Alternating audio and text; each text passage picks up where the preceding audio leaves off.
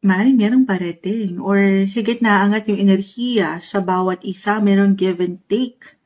May pagbibigayan, suporta, kumbaga hindi ka dito nag-iisa. Especially for couples in a relationship. Okay, or kung single ka and ready to mingle naman na.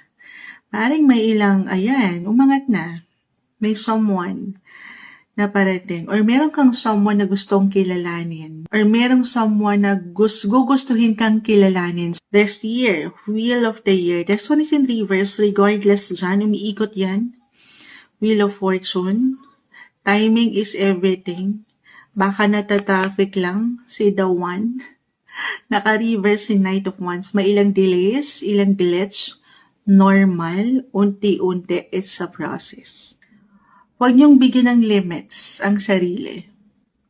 Ito naman ay iba-iba po tayo. The shadow side kasi ay umangat, Virgo. Hindi pa kayo handa, huwag niyong ipilit.